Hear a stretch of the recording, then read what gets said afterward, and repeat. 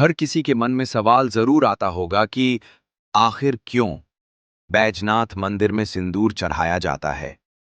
यूं तो सभी शिव मंदिरों के शीर्ष पर त्रिशूल लगा दिखाई देता है, लेकिन बैजनाथ धाम मंदिर के शीर्ष पर पंचशूल लगे हैं। बैजनाथ मंदिर का नाम बैजनाथ ही क्यों पड़ा?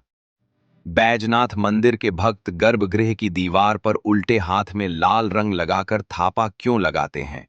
फूलों और बेलपत्र से बना एक विशेष नाग मुकुट देवघर जेल के कैदियों द्वारा ही क्यों बनवाया जाता है? आखिर क्या है चंद्रकांत मणि का रहस्य और कैसे हुई थी कांवड़ यात्रा की शुरुआत? तो चलिए चलते हैं बैजनाथ मंदिर के रहस्यमय यात्रा पर, जहां भगवान शिव ही हर सवाल के उत्तर हैं।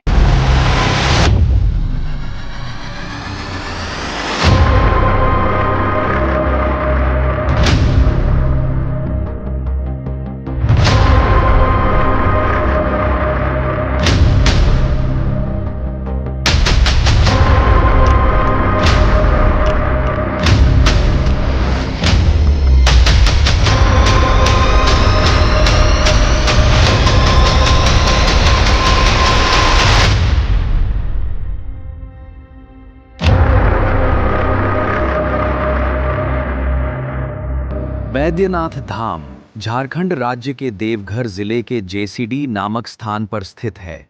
इसे लोग बाबा धाम भी कहते हैं।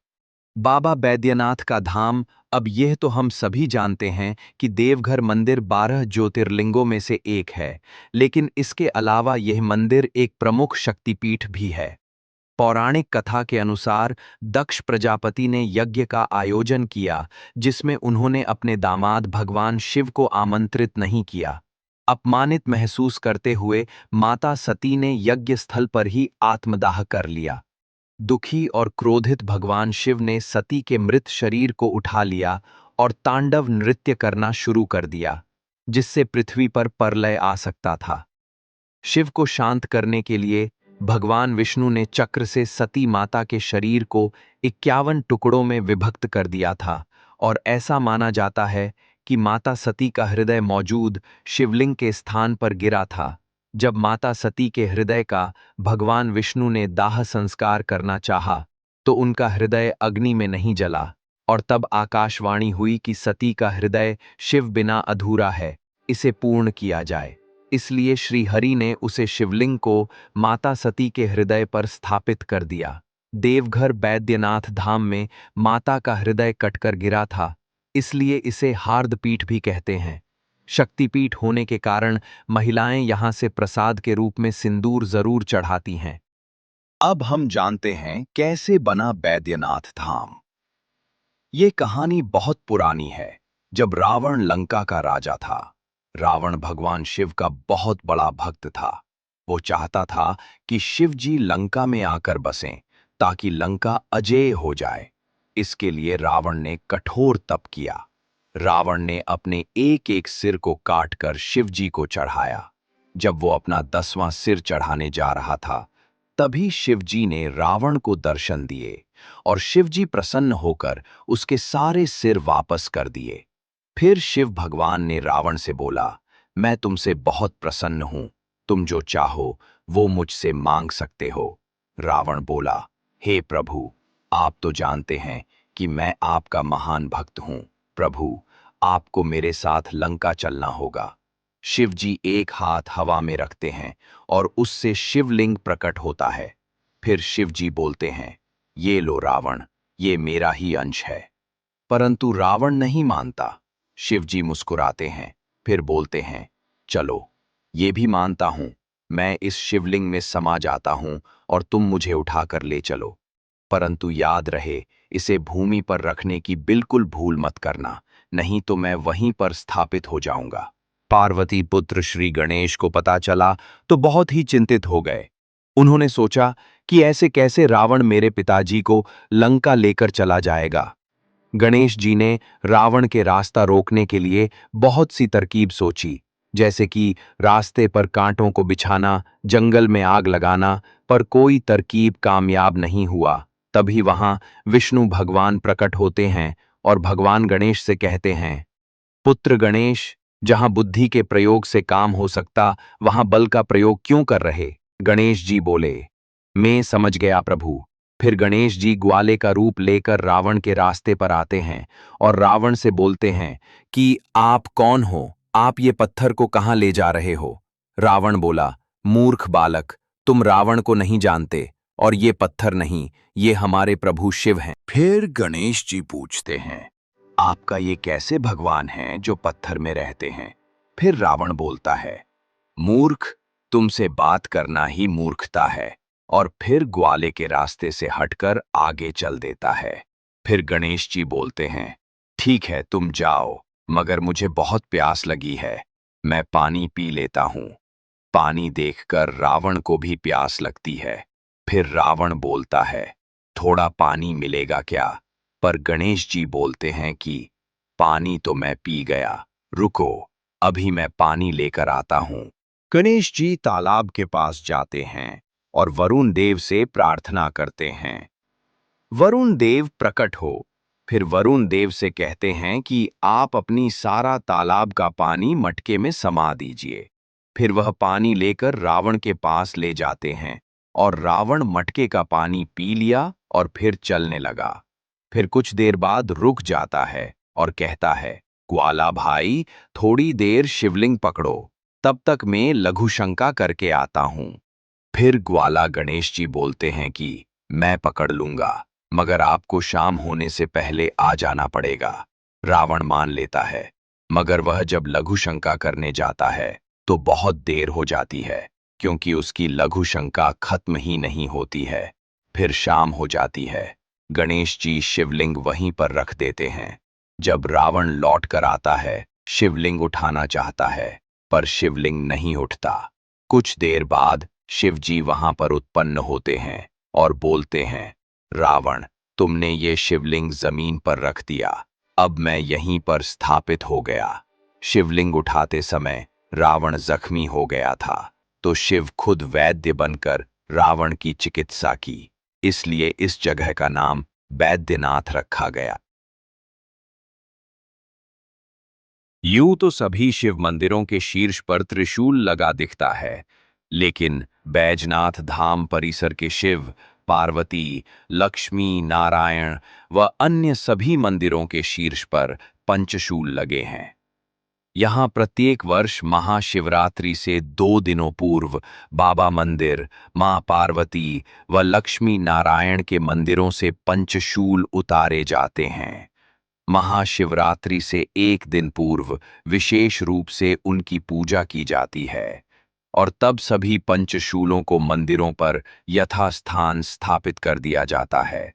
इस दौरान भोलेनाथ व माता पार्वती मंदिरों के गठबंधन को हटा दिया जाता है। महाशिवरात्रि के दिन नया गठबंधन किया जाता है। मान्यता है कि बाबा भोले के भक्त जब सावन में बाबा बैजनाथ मंदिर में कांवड़ लेकर आते हैं तो उन्हें शिव और शक्ति दोनों का आशीर्वाद मिलता है। सावन के महीने में यहाँ लाखों श्रद्धालु भगवान भोले शंकर को जल चढ़ाने के लिए पहुंचते हैं। श्रद्धालु देवघर से करीब 108 किलोमीटर दूर बिहार के सुल्तानगंज से गंगा जल भरकर पैदल यात्रा के बाद बाबा बैद्यनाथ को जल चढ़ाते हैं।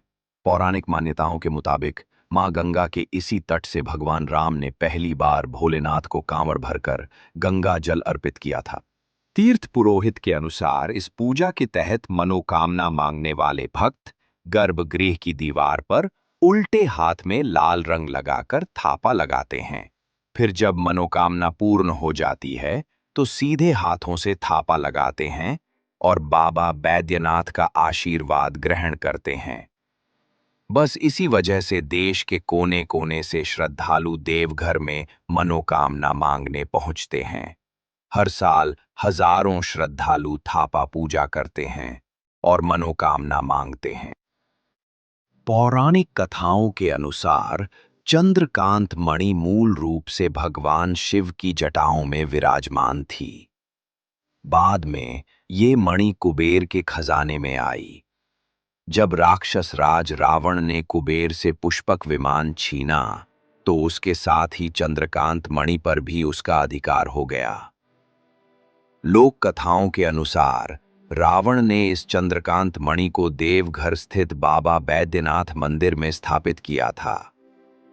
ऐसी मान्यता है कि मंदिर के शिखर पर या गर्भगृह के ऊपर कहीं ये मणि जड़ित। चंद्रमा की रोशनी का प्रभाव। सबसे प्रचलित मान्यता ये है कि जब चंद्रमा की रोशनी इस मणि पर पड़ती है तो इससे जल की बूंदें टपकने लगती हैं। इन बूंदों को अमृत के समान माना जाता है और कहा जाता है कि इनमें औषधीय गुण होते हैं जो रोगों और दुखों को दूर करते हैं। इसी कारण सुबह इस चंदन जो शिवलिंग पर लगाया जाता है और जिस पर मणि से बूंदें टपकती हैं, उसको लेने के लिए भक्तों की भारी भीड़ उमड़ती है। कुछ रिपोर्टों और लोक कथाओं के अनुसार 1962 में जब मंदिर में एक और दरवाजा बनाने के लिए खुदाई की जा रही थी, तब चंद्रकांत मणि जैसी एक मणि मिली थी। कुछ कहानियों में 2 मणियों के होने का भी जिक्र है, जिनमें से एक की खोज हो चुकी है और दूसरी की खोज रोक दी गई है ताकि कोई अशुभ घटना ना हो। हालांकि इन दावों की कोई पुख्ता वैज्ञानिक पुष्टि नहीं है। इस मंदिर की एक विशेष परंपरा है शिवलिंग पर नाग मुकुट चढ़ाना। आइए जानते हैं इस परंपरा और इसके पीछे की दिलचस्प कहानी को। बाबा बैद्यनाथ धाम में शिवलिंग पर प्रतिदिन श्रृंगार पूजा के समय फूलों और बेलपत्र से बना एक विशेष नाग मुकुट चढ़ाया जाता है। यह नाग मुकुट देवघर जेल के कैदियों द्वारा बड़ी श्रद्धा और शुद्धता से तैयार किया जाता है। यह परंपरा वर्षों से चली आ रही है और आज भी इसका निर्वहन बड़ी निष्ठा से किया जाता है। महाशिवरात्रि के दिन को छोड़कर वर्ष के सभी दिनों में यह नाग मुकुट सजाया जाता है। महाशिवरात्रि पर बाबा का विवाह होता है, इसलिए इस दिन यह मुकुट बाबा बासुकीनाथ मंदिर भेज दिया जाता है। इस नाग मुकुट की परंपरा के पीछे एक प्रचलित कहानी है जो अंग्रेजों के समय की बताई जाती है। कहा जाता है कि आज़ादी से पहले एक अंग्रेज जेलर था। उसके पुत्र की तबीयत अचानक बहुत खराब हो गई और दवाओं का कोई असर नहीं हो रहा था। बेटे की बिगड़ती हालत देखकर लोगों ने उस अंग्रेज जेलर को सलाह दी कि वह बाबा बैद्यनाथ के मंदिर में नाग मुकुट चढ़ाए। लोगों की सलाह पर जेलर ने ऐसा ही किया और आश्चर्यजनक रूप से उसका पुत्र ठीक हो गया। इस घटना के बाद से ही यहाँ यह परंपरा बन गई कि कैदियों द्वारा तैयार किया गया नाग मुकुट बाबा पर चढ़ाया जाता है। कैदी इस कार्य को बाबा की सेवा मानते हुए बड़े उल्लास और भक्ति भाव से करते हैं। उन्हें लगता है कि ऐसा करने से उन्हें शांति और सुकून मिलता है। दोस्तों, क्या आप जानते हैं कांवड़ यात्रा की शुरुआत कैसे हुई थी? वैसे सावन के महीने में आपने शिव भक्तों को कांवड़ लेकर जाते हुए देखा होगा। आपके मन में एक प्रश्न जरूर उठा होगा कि यह प्रथा कांवड़ यात्रा की शुरुआत किस लिए और कैसे हुई थी। तो आइए जानते हैं, सावन महीने में कांवड़ यात्रा की शुरुआत किसने की थी। इस विषय पर विद्वानों के भिन्न भिन्न मत हैं। कुछ लोगों का मानना है कि परशुराम पहले कांवड़िया थे। हालांकि बैजनाथ धाम में त्रेता युग के पहले कांवड़िया का प्रमाण मिलता है कि भगवान श्री राम ने ही सुल्तानगंज से सबसे पहले गंगा जल लाकर भगवान शिव जी का अभिषेक किया था। इसलिए बैजनाथ का पहला कांवड़िया श्री राम जी को ही माना जाता है। तब से ये परंपरा चलती आ रही है। तो दोस्तों, ये था बाबा बैजनाथ का इतिहास और इसके रहस्य। सच कहे तो बाबा बैजनाथ के बारे में जितना कहा जाए उतना कम है। आपको ये वीडियो कैसा लगा कमेंट करके जरूर बताएं। धन्यवाद।